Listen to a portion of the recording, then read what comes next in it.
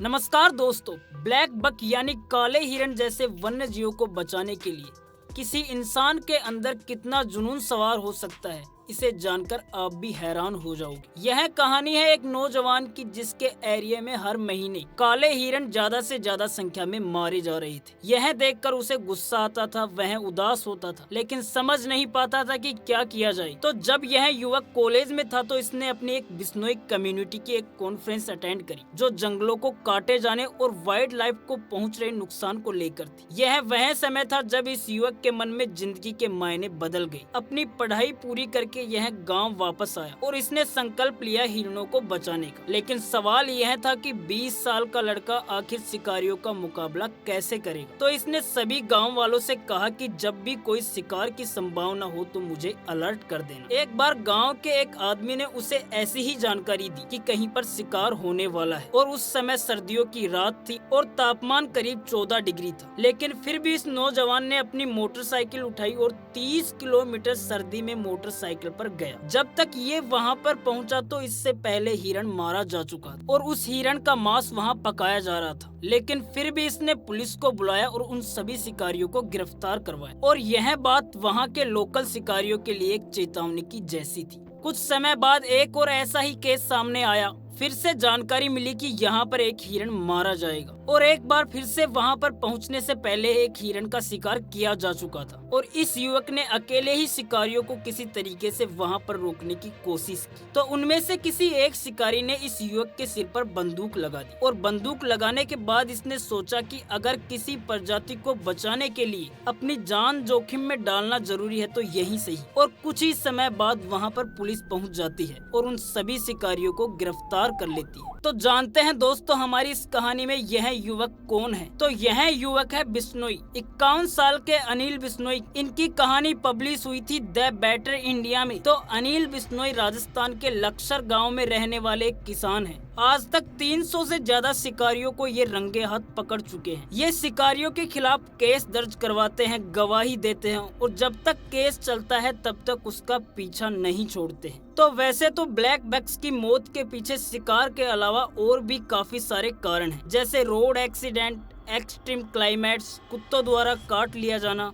इसलिए अनिल बिश्नोई ने गांव वालों से 2 लाख रुपए का चंदा इकट्ठा किया और 66 तालाब बनाए जहां गर्मी में जानवर पानी पी सके। आज राजस्थान के 12 जिलों में 3000 लोग उनकी टीम में जुड़े हुए हैं और इतने सालों में उन सब ने मिलकर करीबन 10,000 काले हिरण और चिंकारा हिरणों को मारे जाने से बचाया है। और इसी कारण से राजस्थान सरकार ने अनिल बिश्नोई को Amrita Devi environmental protection award से भी सम्मानित किया था। लेकिन कमाल की बात यह है कि सोशल मीडिया पर लोग बिश्नोई की जबरदस्त तारीफ करने में लगे हुए हैं और हमारे न्यूज चैनल मीडिया पर इसके चर्चे हमेशा देखने को मिलते हैं। लेकिन समस्या बस इतनी सी है कि ये सब लोग अनिल बिश्नोई का जिक्र तक नहीं करते हैं, क्योंकि अनिल बिश्नोई को कोई जानता तक नहीं है। ये सब लोग बात करते हैं केवल लॉरेंस बिश्नोई की। तो आखिर कौन है लॉरेंस बिश्नोई? इसने अभी तक कितने काले हिरणों को बचाया? रिसर्च में ऐसा कुछ नहीं मिलता है कि इसने वाइल्ड लाइफ प्रोटेक्शन में कभी काम भी किया हो, बल्कि पता यह चलता है कि लॉरेंस बिश्नोई पर 84 मुकदमे दर्ज हो चुके हैं। तो इससे यह पता चलता है कि लॉरेंस बिश्नोई एक गैंगस्टर है। तो आखिर एक कॉलेज स्टूडेंट इतना बड़ा गैंगस्टर कैसे बन सकता है? तो जानते हैं ये पूरी कहानी। पुलिस डोसियर से पता चलता है कि लॉरेंस बिश्नोई स्टूडेंट पॉलिटिक्स के चुनाव में किसी कैंडिडेट के चुनाव लड़ रहा था। जब दूसरी चुनावी पार्टी वालों से झगड़ा हो गया, उसके एक दोस्त ने पहले वार्निंग देने के लिए बंदूक चलाई और 5 दिन बाद लॉरेंस ने अपने दोस्तों के साथ मिलकर विरोधी चुनावी पार्टी वाले किसी एक आदमी की कार जला दी। इस मामले के बाद लॉरेंस और उसके साथी 8 लोगों को गिरफ्तार और जेल में लॉरेंस हथियारों के सप्लायर से मिला और जब जेल से बाहर आया तो गुंडागर्दी चलती रही। इस पर कई केस हुए, लेकिन जब दोनों चुनावी पार्टियों ने समझौता कर लिया तो केस खत्म हो गया। ये साल 2010 की बात है, जब लॉरेंस ने पंजाब यूनिवर्सिटी की स्टूडेंट ऑर्गेनाइजेशन के प्रेसिडेंट पोस्ट के लिए चुनाव लड़ा और चुनाव हारने पर इसने अपने चुनावी विरोधी पार्टी के सदस्य पर अटैक कर दिया। और साल 2011 में जब ये जमानत पर बाहर आया तो इसने फिर से चुनाव लड़ा और इस बार जीत गया। कॉलेज में रहते रहते ही करीब 18 मुकदमे इस पर दर्ज हो चुके। साल 2012 में लॉरेंस को एडवोकेट की डिग्री मिल जाती है और एडवोकेट की डिग्री मिलने के बाद ये कोर्ट में एक वकील की तरह नहीं बल्कि एक अपराधी बनकर पेश हुआ। फिर साल 2013 में इसने अपनी तरफ से प्रेसिडेंट पोस्ट के लिए किसी अन्य व्यक्ति को चुनाव में खड़ा किया और फिर चुनाव के बाद इसने और इसके एसोसिएट्स ने उस व्यक्ति को जान से मार दिया और उसको मार के ये दोनों फरार हो गए। साल 2014 में लॉरेंस को पुलिस ने पकड़ लिया और 2015 में कोर्ट में पेशी के दौरान ये वापस पुलिस कस्टडी से भाग गया, लेकिन इसे फिर से गिरफ्तार किया गया। इस समय तक लॉरेंस गैंग के मुखिया के रूप में अपनी पोजीशन जमा चुका था। अब लॉरेंस के दोस्त गोल्डी बरार ने इस गैंग को चलाना शुरू किया। वैसे तो आजकल क्रिमिनल जेल में रहकर भी अपना धंधा आसानी से चला पाता है, तो इसके बाद जेल में रहते हुए लॉरेंस ने हाथ मिलाया एक और गैंगस्टर संदीप उर्फ काला जठेड़ी से। बाद में इनका झगड़ा हो गया, लेकिन पुलिस का कहना है कि जब ये साथ थे तब लॉरेंस और काला जठेड़ी गैंग ने मिलकर दिल्ली, पंजाब, हरियाणा, राजस्थान में 30 मर्डर किए। तो अब आपको बता दें कि लॉरेंस के सबसे बड़े दुश्मनों में से एक था दविंदर बम्बीहा। तो इन दोनों के बीच किस बात पर दुश्मनी हुई? तो लॉरेंस और दविंदर बम्बीहा की दुश्मनी थी हफ्ता वसूली को लेकर। इसका मतलब है जो लोग खून पसीने की मेहनत की कमाई से पैसा कमाते थे, उनसे हफ्ता वसूलना अगर नहीं देते थे तो उनको जान से मारने की धमकी दी जाती थी और पैसा देने पर कुछ भी नहीं किया जाता था।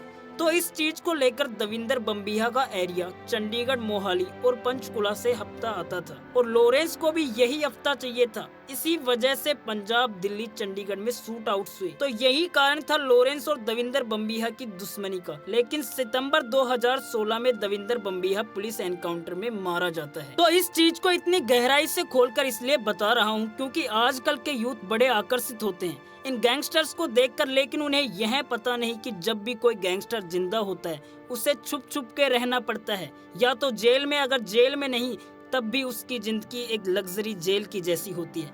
भले ही उसके पास पैसा कितना ही हो, लेकिन उसे रहना पड़ेगा छुप छुप के, चाहे वो फिर लॉरेंस बिश्नोई हो या फिर दाऊद इब्राहिम। क्योंकि जिस तरह हम आम आदमी अच्छे से खुल के घूम फिर लेते हैं, अच्छे से मनचाही चीज कहीं पे भी जाकर खा लेते हैं, अपने परिवार वालों के साथ अच्छे से फेस्टिवल मनाते हैं, ये सब चीज इन गैंगस्टरों को नसीब नहीं होती है। क्योंकि इन्हें हर समय यह डर लगा हुआ रहता है कि कहीं कोई मार देगा, या फिर पुलिस एनकाउंटर में मारे जाएंगे, या फिर जेल में बंद रहेंगे। और इसी के साथ क्षत्रिय करणी सेना ने कहा है कि जो भी लॉरेंस को मारेगा उसे 1,11,11,111 रुपए का इनाम दिया जाएगा।